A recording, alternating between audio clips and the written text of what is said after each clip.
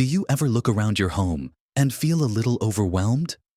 Perhaps it's the overflowing closets, the garage packed to the brim, or even just the nagging feeling that there's too much stuff. We accumulate so much over the years, don't we? Each item often comes with a memory, a story, a "what if I need this someday" attachment. But what often starts as a collection of cherished moments or useful tools can slowly, almost imperceptibly, transform into a heavy anchor, weighing us down. It's not just the physical weight, it's the mental load, the energy it takes to manage it all, and the quiet worry about what will happen to it all when we're no longer here to manage it. This isn't just about tidying up. It's about reclaiming your space, your mind, and your future. It's about shedding the excess so you can truly live lighter, feel freer, and embrace the vibrant years ahead with open arms. In this video, we're going to explore 6 key areas where decluttering before you turn 70 can profoundly change your life, opening doors to a sense of peace and lightness you might not have realized was missing. We'll talk about practical steps and why letting go can be one of the most liberating acts of self-care. Watch to the end for something that will surprise you, something that ties all this together in a truly unexpected way. Let's dive right in with the first area that often weighs us down, without us even fully realizing it: physical clutter. Think about all the things you've accumulated over a lifetime. That spare bedroom that's become a storage unit. The garage overflowing with projects you never got around to. Or even just the kitchen cabinets packed with duplicate items and gadgets you barely use. It's easy to dismiss this as just stuff, but every single item in your home demands a little piece of your mental energy. It needs to be organized, cleaned around, or simply remembered. And for many of us, there's a quiet, underlying stress about what will happen to all this stuff when we eventually downsize. Or, more poignantly, when our loved ones have to deal with it after we're gone. This isn't a judgment. It's a shared experience. We hold on to things for so many reasons: sentimentality, the "what if I need it someday" fear, or simply because it feels overwhelming to even begin sorting through it all. But imagine the liberation of walking into a space where everything has a purpose, where you can find what you need instantly, and where there's room to breathe, to create, to simply be. Decluttering your physical surroundings isn't just about tidiness. It's about creating mental space and preparing for a future that's lighter and more adaptable. Think about those clothes you haven't worn in years, perhaps because they don't fit anymore, or they no longer suit your style. Instead of letting them take up valuable closet space and whisper silent judgments every time you open the door, consider what joy they could bring someone else. The same goes for duplicate kitchen gadgets, books you'll never reread, or old hobbies you've long since abandoned. A simple rule of thumb can be helpful if you haven't used it, worn it, or genuinely cherished it in the last year or two. It might be time to let it go. Start small. Pick one drawer, one shelf, one corner. Don't try to tackle the whole house at once. As you sort, consider donating items to charities where they can find a new life, rather than ending up in a landfill. There's a profound sense of satisfaction in knowing your once loved possessions are helping someone else. The goal isn't an empty house, but a home filled only with things that serve you, bring you joy, or truly add value to your everyday life. This process isn't about discarding memories. It's about honoring them by not letting them become burdens. The true memory is in your heart, not necessarily attached to a physical object. Moving from our physical surroundings to the invisible realm that increasingly governs our lives. Let's talk about digital clutter. This might sound less daunting than emptying an attic, but digital clutter can be just as, if not more, insidious. Think about your email inbox: hundreds, perhaps thousands, of unread messages, newsletters you never open, and old notifications. What about your phone or computer's photo gallery? Crammed with duplicate shots, blurry pictures, and screenshots you don't remember taking, or the dozens of apps on your smartphone that you downloaded once and never used again. This digital weight, while not occupying physical space, takes up significant mental bandwidth. It creates a constant hum of unaddressed tasks, makes it harder to find what you actually need, and can even pose security risks if old accounts or unmanaged files contain sensitive information. The irony is, technology was supposed to simplify our lives, but without intentional management, it can become another source of overwhelm. Imagine opening your email to a manageable inbox, finding that cherished photo instantly, or knowing that your digital footprint is clean and secure. This isn't just about efficiency. It's about protecting your peace of mind and your valuable time. Start with your email. Dedicate a short period each day or week to unsubscribing from newsletters you no longer read. Delete old, irrelevant emails without hesitation. For important emails, consider creating a simple folder system, perhaps To-Do, Archive, and Family. Next, tackle your photos. This can feel monumental, but a structured approach helps. Instead of trying to delete every bad photo, focus on organizing what you want to keep. Create folders by year or event. Consider a cloud backup service to protect your precious memories, knowing they are safe even if your device fails. For duplicate photos, many software programs can help identify and remove them. As for apps, go through your phone or tablet and delete anything you haven't used in the last month or two. Each unused app not only takes up storage, but can also run in the background, draining your battery and sometimes even your data. Similarly, review old social media accounts or online subscriptions. Are you still paying for a streaming service you rarely watch? Or do you have an old social media profile you never use? Closing these down not only saves money but also reduces your digital footprint and the associated mental drain.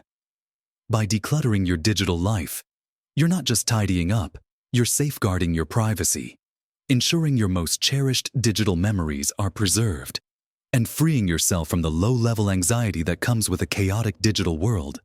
It's about being present in the real world, rather than constantly trying to catch up with the virtual one.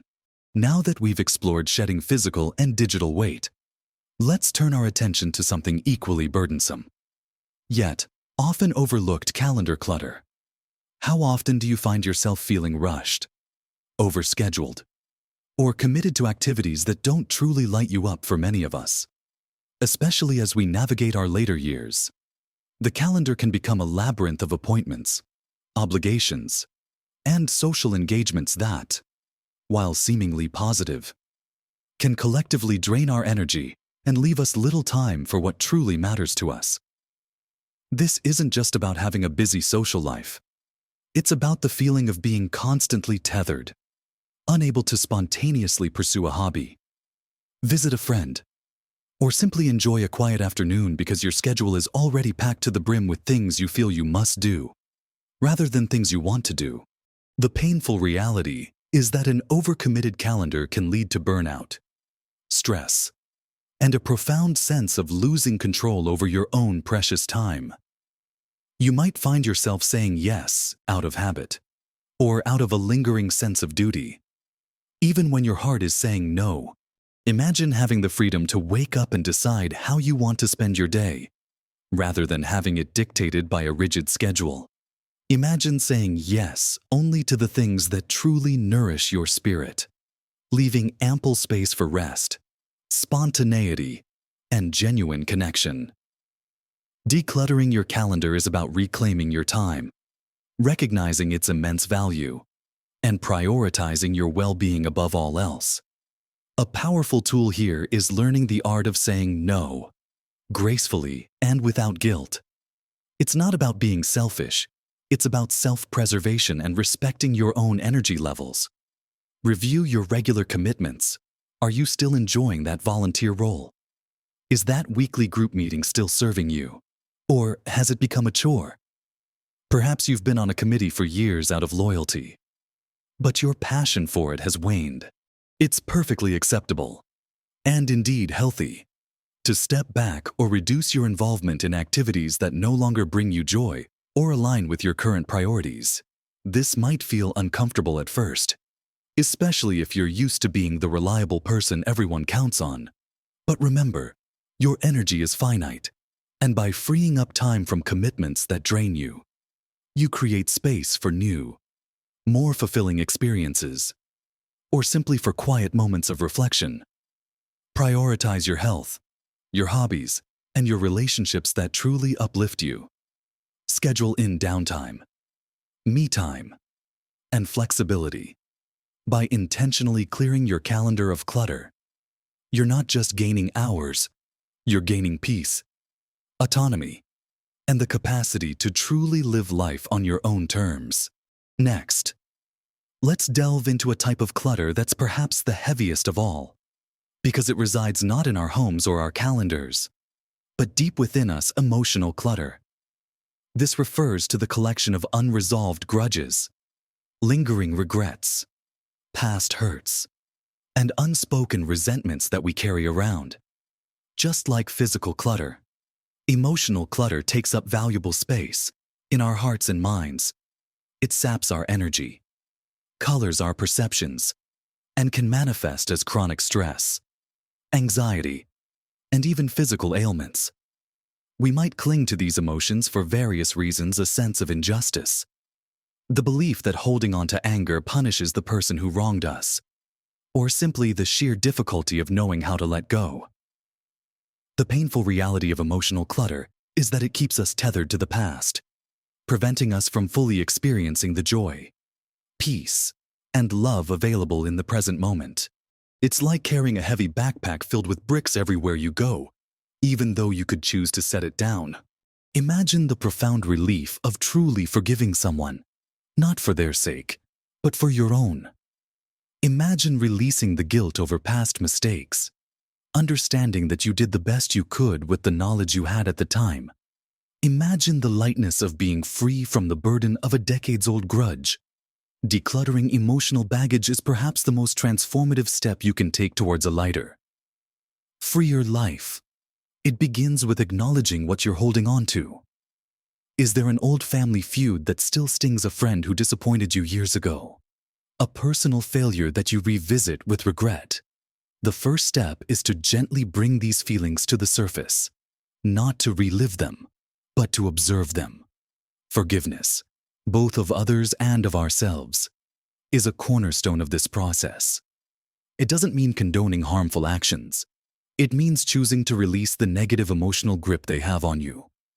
Sometimes, this might involve an honest conversation, if that's possible and safe. Other times, it's a deeply personal decision to let go, recognizing that holding on to anger or resentment only harms the person holding it. Regrets can be particularly burdensome. We often replay past decisions, wondering, what if? While it's healthy to learn from experience, endlessly ruminating on what can't be changed is a form of emotional self-sabotage. Practice self-compassion. Remind yourself that you acted from the best place you could at the time. If there's a way to make amends, consider it. But if not, accept that the past is past.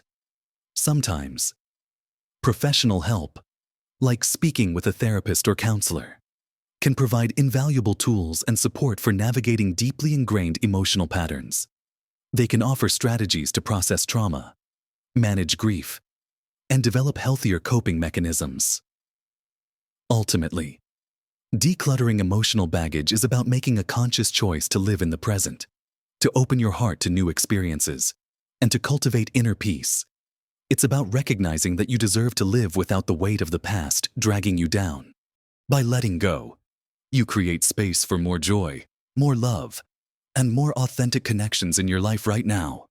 Having touched upon the profound impact of shedding emotional weight, let's now turn our attention to another area that often silently accumulates and causes significant stress: financial clutter. This isn't just about debt, although that can certainly be a part of it. Financial clutter refers to all those unnecessary drains on your resources, the unmanaged accounts, the forgotten subscriptions, and the general lack of clarity about where your money is going and where it truly serves you best. Think about those monthly subscriptions you signed up for years ago and rarely use. A streaming service, an app, an old gym membership you never canceled. What about old bank accounts with minimal balances that you keep forgetting about? Or investment statements that arrive unread, adding to a pile of paper? The painful reality of financial clutter is that it creates a constant hum of low-level anxiety. It limits your financial freedom, prevents you from making informed decisions, and can even erode your sense of security about your future. You might be unknowingly spending money on things that no longer bring you value, or missing opportunities to consolidate and simplify your finances for greater efficiency and peace of mind. Imagine having a clear, concise picture of your financial situation, knowing exactly where your money comes from and where it goes, and feeling confident that every dollar is working for you, not against you. Decluttering your finances is about gaining control, reducing stress, and building a stronger foundation for your later years. Start by reviewing all your recurring expenses. Go through your bank statements for the last few months and identify every subscription, membership, or automatic payment. Ask yourself, am I still actively using this? Does it bring me joy or provide a clear benefit? Be ruthless in canceling anything that doesn't pass this test. You might be surprised how much money you free up just by doing this. Next, look at your bank accounts and credit cards. Do you have multiple old accounts with small balances that could be consolidated into one or two primary accounts, making them easier to manage? Simplify your banking. Consider setting up automatic bill payments for regular expenses to avoid late fees and missed payments. Reducing mental load. If you have any outstanding debts, particularly high-interest ones, make a plan to address them. Even small, consistent payments can make a significant difference over time. Reducing the psychological burden of debt. This isn't about becoming a financial wizard overnight. It's about making conscious choices that simplify your financial life. Reduce unnecessary drains and free up resources for things that truly matter to you. Whether that's travel, hobbies, or simply building a stronger nest egg for the future. By decluttering your finances, you're not just saving money, you're investing in your peace of mind and your sense of security, allowing you to live with greater confidence and less worry. Finally, we come to a type of clutter that can be both subtle and profoundly impactful: social clutter. This refers to the relationships in our lives that, instead of uplifting and nourishing us, actually drain our energy, cause stress, or pull us into negativity. It's not about isolating yourself, quite the opposite. It's about being intentional about who you spend your precious time and energy with. Think about those friendships that feel one-sided, where you're always the listener but never heard, or family dynamics that consistently leave you feeling drained, criticized, or unappreciated. Perhaps you feel obligated to attend social gatherings that you dread, or maintain connections with people who bring more drama than joy into your life.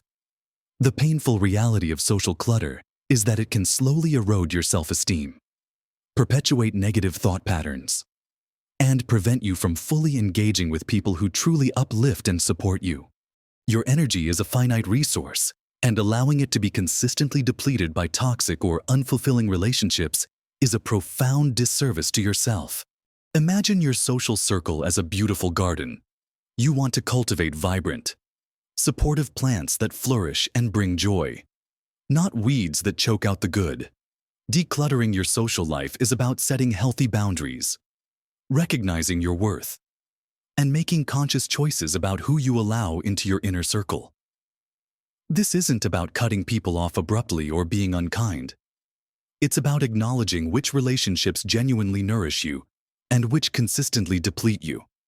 It might mean kindly declining invitations that don't serve you, or gently distancing yourself from individuals whose negativity consistently brings you down. It could involve having honest, open conversations with loved ones about dynamics that are no longer working. For some relationships, setting clear boundaries might be the solution, perhaps limiting the time spent with someone, or steering conversations away from sensitive topics. For others, it might mean recognizing that some connections have simply run their course, And it's okay to let them go with grace and gratitude for what they once were. Simultaneously, actively cultivate the relationships that do bring you joy. Invest more time and energy in those friends and family members who uplift you, who share your values, and who make you feel seen and loved. Seek out new connections with people who inspire you and share your interests. This intentional pruning of your social garden allows the truly vibrant connections to flourish, creating a supportive network that enhances your well-being. By decluttering your social life, you're not just avoiding negativity, you're making a profound statement about your own self-worth and creating space for authentic, enriching relationships that will truly enhance your happiness and sense of belonging. This focus on protecting your energy and nurturing positive connections is truly one of the most powerful ways to live lighter and feel free. And here's the surprise I promised: the deepest, most profound freedom from decluttering these 6 areas isn't just about the absence of physical, digital, calendar, emotional, financial, or social burdens. It's about the incredible self-discovery that happens along the way. It's the realization that you are enough, just as you are, without all the excess. It's the profound sense of peace and contentment that washes over you when you consciously choose to simplify and create space for what truly matters: your well-being, your passions, and your genuine connections. The surprise is that this journey of letting go isn't just about cleaning up. It's about uncovering the lighter, freer, more authentic you that was there all along, perhaps just buried under layers of accumulated stuff and obligation. It's about opening yourself up to new possibilities, new joys, and a deeper appreciation for the simple, beautiful moments of life. This process is a gift you give to yourself, allowing you to embrace your 70s and beyond with an unparalleled sense of lightness and pure joy. Remember, dear friends, every small step you take in any of these areas can make a magnificent difference. You don't have to tackle everything at once. Pick one thing, start today, and feel the momentum build.